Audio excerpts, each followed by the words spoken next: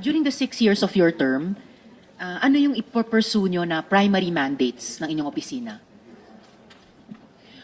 Mr. Chair, Your Honor, Yusek Lopez will answer the question. Mr. Chair, Madam Vice President, if you don't mind. Thank you. Tungkol po, sorry, Chief of Staff. Mr. Chair, it's a general question kung anong primary mandates ang ipopursue ni VP during the 6 years of her term. So kung maaari po si VP ang sumagot, Yes, Mr. okay. Chair. Yes, Salamat kayo. there will be only two permanent projects that we will leave in the Office of the Vice President.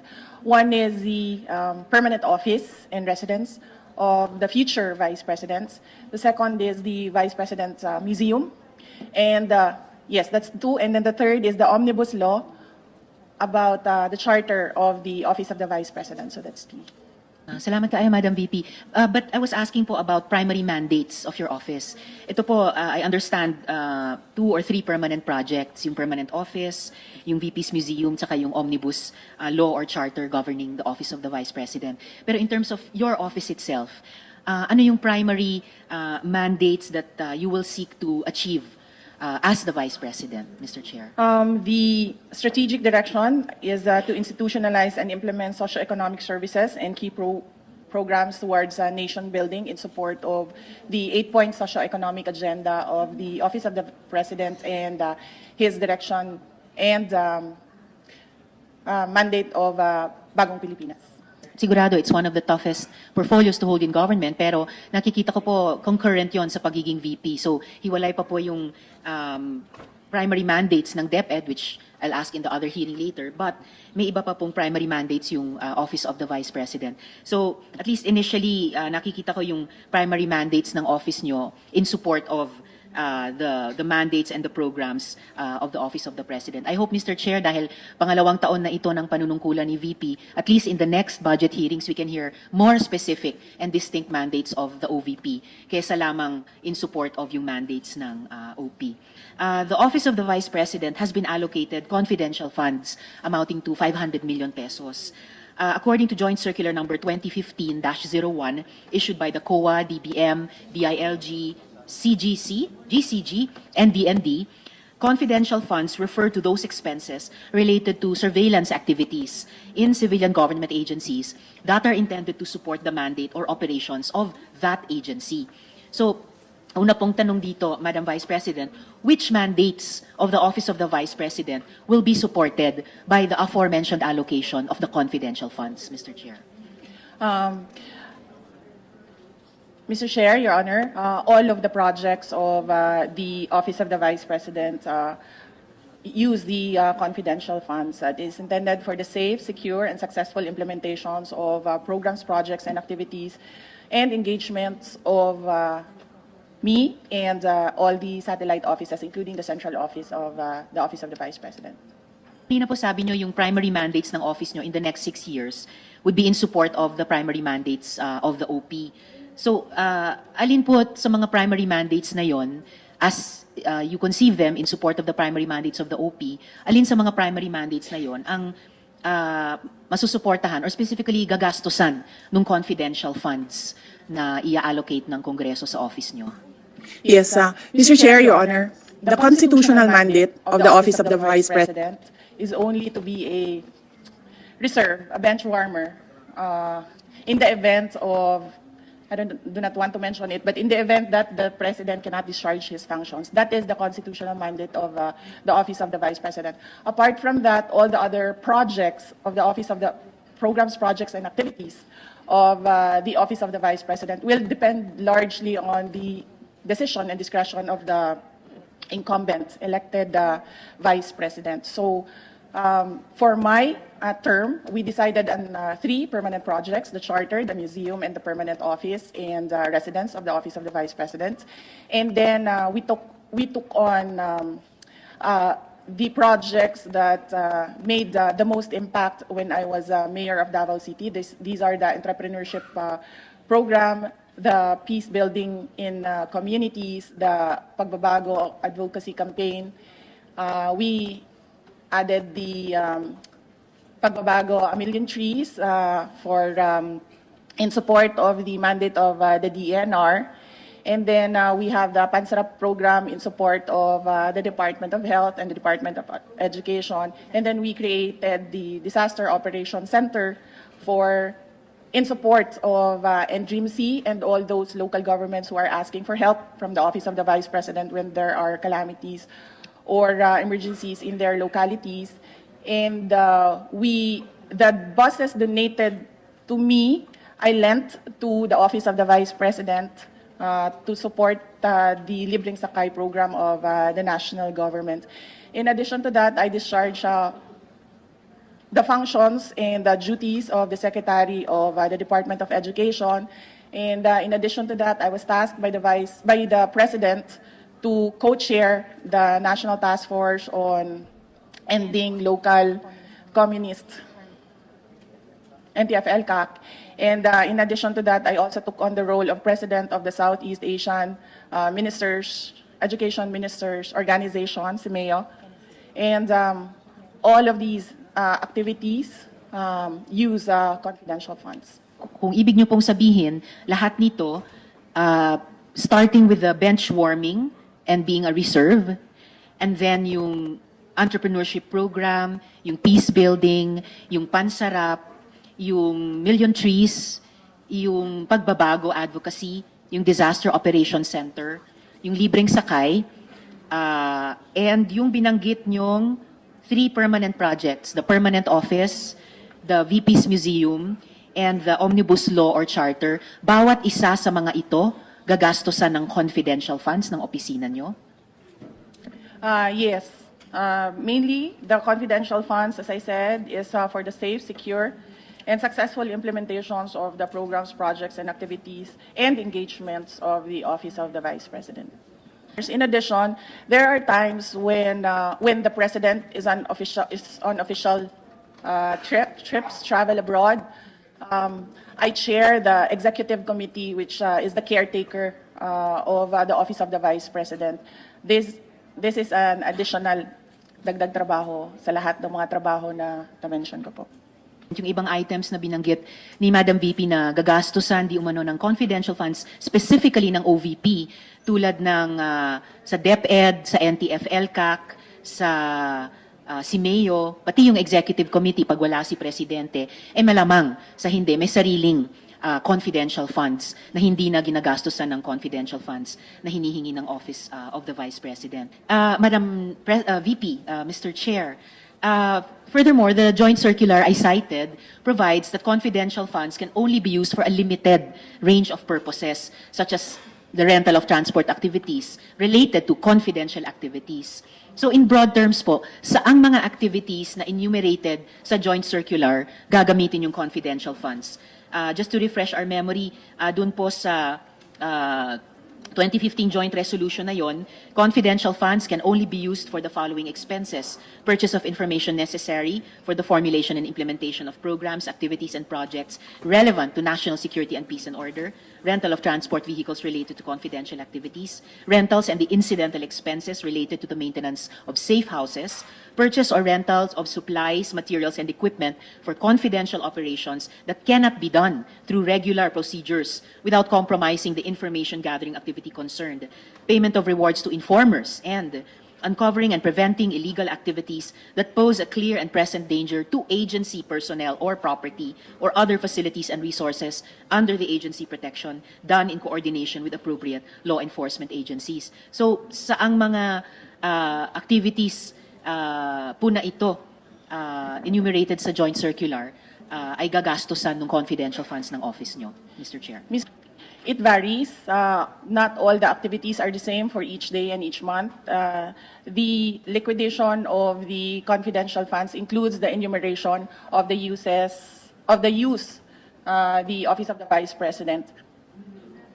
The confidential funds report.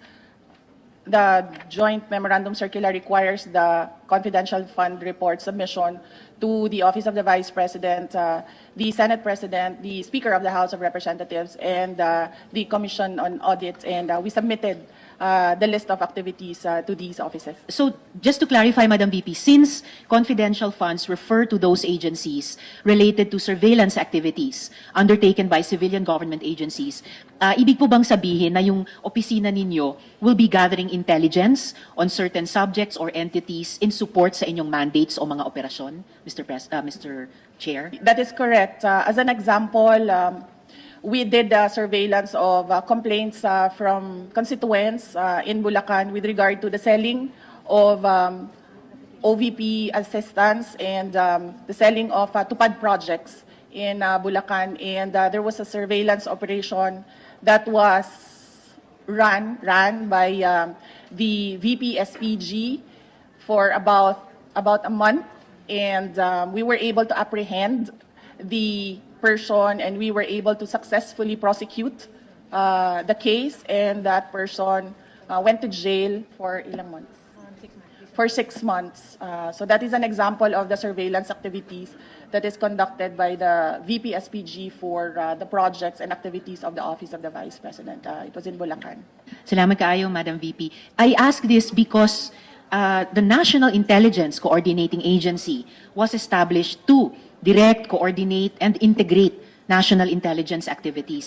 And this includes the collation of intelligence gathered from various sources. So we'd like more information as to the intelligence operations of the OVP. Sa aling mga sources magagather ng impormasyon yung OVP? Kukuha ba kayo ng intelligence mula sa ating mga existing intelligence services tulad ng NICA o tulad ng DND at PNP? Mr. Chair, Your Honor, no. Intelligence starts with the communities and the stakeholders, and then if there are complaints, and then it is built up through intelligence and surveillance services, and then a dossier or a report is started, and then it goes through levels through the Office of the Vice President and VP SPG. So we do not seek intelligence reports from other government agencies, but the intelligence reports starts from the ground in the communities that that are engaged by the Office of the Vice President. Salamat kayo, Madam VP. Actually, I'll get to that process also in a bit. Dahil meron pong established na intelligence cycle at meron pong established na chain of command for the intelligence activities ng ating gobyerno at ng ating republika. And sa pagkaalam ko po, walang hiwalay na chain of command for Intel ang OVP. In fact, ang susunod kong tanong how can your honorable office, paano nyo po maa-assure yung mga miyembro nitong komite na yung collection ng intel ng inyong opisina hindi magre-resulta sa redundancy or duplication of effort? There is no redundancy and duplication of effort because we have different mandates from the other government agencies. Indeed, Mr. Chair, Madam VP, different mandates. And kanina, nilista nyo na po yung iba't ibang mandates ng OVP. Meron din pong klarong at complementary mandate ang intelligence community ng gobyerno sa ating bansa. And as I had been saying since last year's budget debates, we should leave intelligence to the experts, just as we leave education to the DepEd and we leave the mandates of the OVP to the OVP. Ano po ba yung magiging subjects ng OVP intelligence gathering operations? Ano yung mga intensyon at capabilities ng mga subjects na ito na kailangan ng OVP ng intelligence on these? At paano nitong mga subjects tinathreaten yung operations ng OVP? Confidential funds is used for the safe, secure, and successful implementations of the projects, programs, and activities and engagements of the Office of the Vice President. Sino po yung subjects, ano yung intentions at capabilities ng mga subjects, at paano tinetreten ng mga subjects na to yung mga operasyon ng OVP? This is for the successful, safe, secure, and successful implementation of the projects, programs, and activities and engagements of the Office of the Vice President. If the question is the subjects on who are the sources, we cannot divulge who are the sources of intel information. We can just say that these are the stakeholders in the areas where there are engagements of the Office of the Vice President. Hindi po sources, Madam VP, pero yung mga taong o grupong ginagatheran nyo ng opisina nyo ng intelligence. Yes, those that are perceived to be threats in the successful, safe, and secure implementation of the PPAs. Salamat, Madam VP. Mr. Chair, I'll need to follow up. Oh, salamat, Mr. Chair. Salamat, Madam VP, Mr. Chair. I'll need to pursue that in greater detail than is being made available right now. Doon na lang po sa plenary. Madam VP, paano po ire-recruit ng OVP at ite-train yung mga intelligence operatives at agents na kakailanganin ng office para i-gather yung impormasyon para sa intelligence collection plan? Hanggang saang extent magre-rely ang OVP sa HUMINT at sa CGINT para sa information collection requirements ng office? Again, The Vice Presidential Security and Protection Group coordinate with the Philippine National Police and the Armed Forces of the Philippines. Unfortunately, however, the commander of the VP SPG is not present here this morning. Salamat kayo, Madam VP. So, dun sa sagot na ang VP SPG coordinates with the PNP and AFP, ibig po bang sabihin ang OVP ang magre-recruit and train ng mga operatives at ahente, or yung PNP at AFP ang magte-train sa mga operatives at ahente ng OVP? Mr. Chair, Your Honor, unfortunately, I cannot answer the question. The commander of the VP SPG, we failed to include him in the list of the resource persons this morning. Yes, Mr. Chair. maybe we can, if you can put your questions in writing, we could submit it to the Office of the Vice President, and then maybe, if possible, if because some of these matters are quite sensitive, so you can give them in executive session, or you can give them in a sealed envelope in writing. That's at your pleasure, Madam Vice President. Mr. Chair, Your Honor, we can easily do that. We can ask them to submit to the Secretariat of this committee. Salamat kayo, Madam VP, and salamat, Mr. Chair. I look forward to that information to be submitted in writing to the committee through the chair. And I'm glad na marinig tungkol sa coordination sa PNP at AFP dahil sila yung dalawa sa primary na halimbawa na may expertise sa Intel at may mandate sa Intel at gumaganap ng ganyang mga mandates in coordination with civilian agencies, including the OVP. And I look forward also, Mr. Chair, dun sa mga sagot tungkol sa HUMINT at CGINT na gagamitin either ng OVP or OVP in coordination with PNP and AFP. At Madam VP, paano i-collate ng OVP, isa-store, ika-catalog, isa-search through yung intelligence na kukolektahin? At anong IT infrastructure ang kakailanganin ng office nyo para sa purpose na ito? Yes, Mr. Chair, Your Honor, these are confidential matters which we cannot divulge in open session. Thank you. So if possible, Madam VP, Mr. Chair, ma-submit din in writing to the committee through the chair? Mr. Chair, Your Honor, yes. Thank you. Salamat kayo. And then, paano po ini-intend ng OVP na i-process tapos i-analyze yung impormasyon na kukolektahin para mag-produce ng actionable intelligence? Kakailangan nyo bang i-outsource yung parting ito ng intelligence cycle o magde-develop ba ang office ng capability in-house? Mr. Chair, Your Honor, we can ask the VP SPG to include that in their report. The VP SPG are composed of personnel from the Armed Forces of the Philippines and the Philippine National Police, and some of them are trained in intelligence gathering and are part of intel units from the PNP and the AFP. There are no civilian members in the VP SPG. Madam VP, paano po i-adjust ng OVP yung operations ninyo bilang resulta ng intelligence na makokolekta, ma-analyze at saka ma-disseminate? We adjust according to the recommendations and the assessment of the VP SPG with regard to their appreciation of the intel information.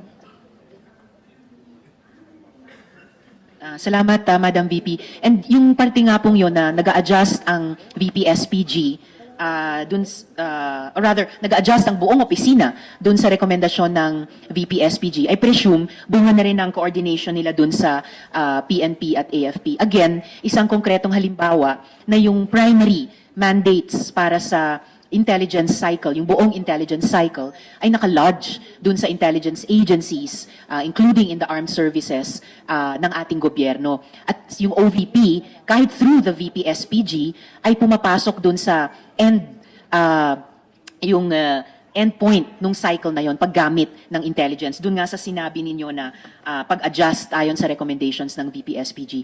Just returning again to one of my original points since last year, na iwan natin ang intelligence sa experts doon sa intelligence agencies ng gobyerno in the same way na yung mga civilian agencies ng gobyerno, whether OVP itself or kahit DepEd, ay kumbaga shop nila yung kanilang mandates at yung kanilang expertise. Huling tanong na lang po, Madam VP, Mr. Chair, yung activities na binanggit ng VP kanina, hindi po ba part na rin ng regular law enforcement work na yung mga law enforcement agencies natin ay ginagawa na rin? Mr. Chair, Your Honor, we have different mandates from the other government agencies. So our intelligence, our confidential funds are used according to Joint Circular 2015-01. And whatever we gather from our confidential funds and surveillance, we share it with mainly the Armed Forces of the Philippines and the Philippine National Police, as well as they share as well intelligence information that they gather, which are not included in our database. Thank you. Thank you kaayo, Madam VP. I'm glad to hear na nag-share or mag-share ang OVP ng information na nakolekta ninyo sa AFP at PNP. Again, because it makes the point na sila talaga yung primary na may mandato talaga, not any other civilian agency, sila talaga ang kasama sa may mandato sa intel work. Lastly, just to make of record also, continuing from yung pagbanggit ko sa 2015 joint resolution na what the confidential funds may only be used for, nakasulat din dun sa 2015 joint resolution na confidential and intelligence funds cannot be used for salaries, wages, overtime, additional compensation, allowance, or other fringe benefits of officials and employees who are employed by the government in whatever capacity or elected officials except when authorized by law.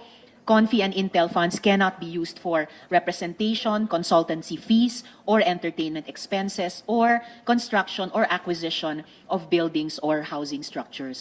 So, dagang salamat, Madam VP. Maraming salamat, Mr. Chair. I'll pursue in plenary periods of interpellation and amendments.